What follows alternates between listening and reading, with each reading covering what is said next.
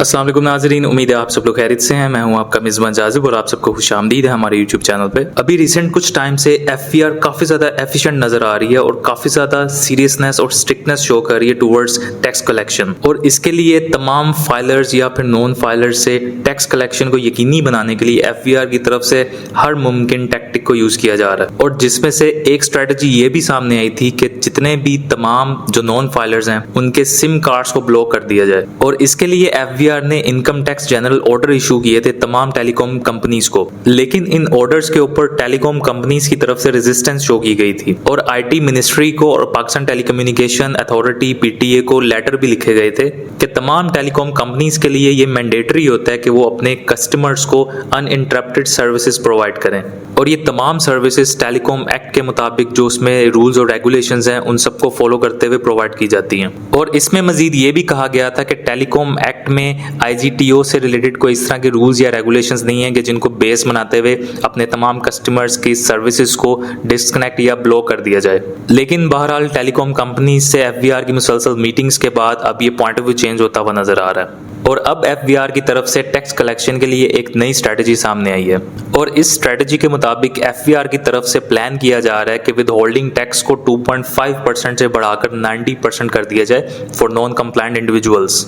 और जिसका मतलब यह है कि अगर कोई नॉन फाइलर अपने सेल फोन में 100 रुपीज़ का बैलेंस टॉप अप करता है तो उसमें से 90 रुपीज़ डिडक्ट होंगे और टैक्स अथॉरिटीज़ को ट्रांसफर हो जाएंगे।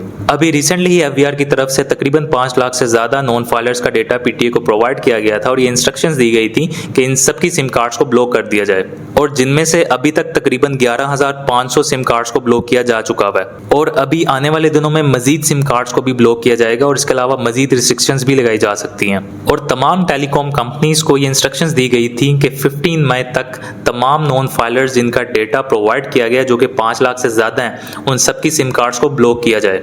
और एफवीआर की तरफ से इन 5 लाख इंडिविजुअल्स के पूल का जो क्राइटेरिया रखा गया था उसमें प्रीवियस टैक्सेबल इनकम डिक्लेरेशंस शामिल हैं और non filing for the tax year 2023 शामिल है।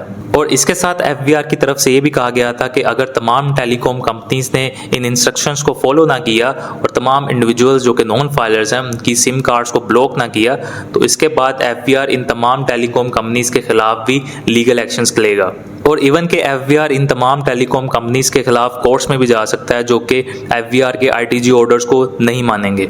तो फिलहाल एफवीआर की तरफ से इस तरह की डिफरेंट स्ट्रेटजीज या डिफरेंट प्लानिंग की जा रही है ताकि एफिशिएंटली और ज़्यादा से ज़्यादा इनकम टैक्स कलेक्शन की जा सके।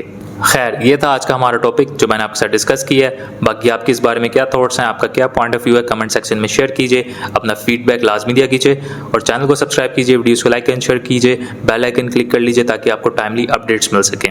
इंशाल्लाह will see you in the next video with some more interesting topic. Till then take care, अल्लाह हाफिज़।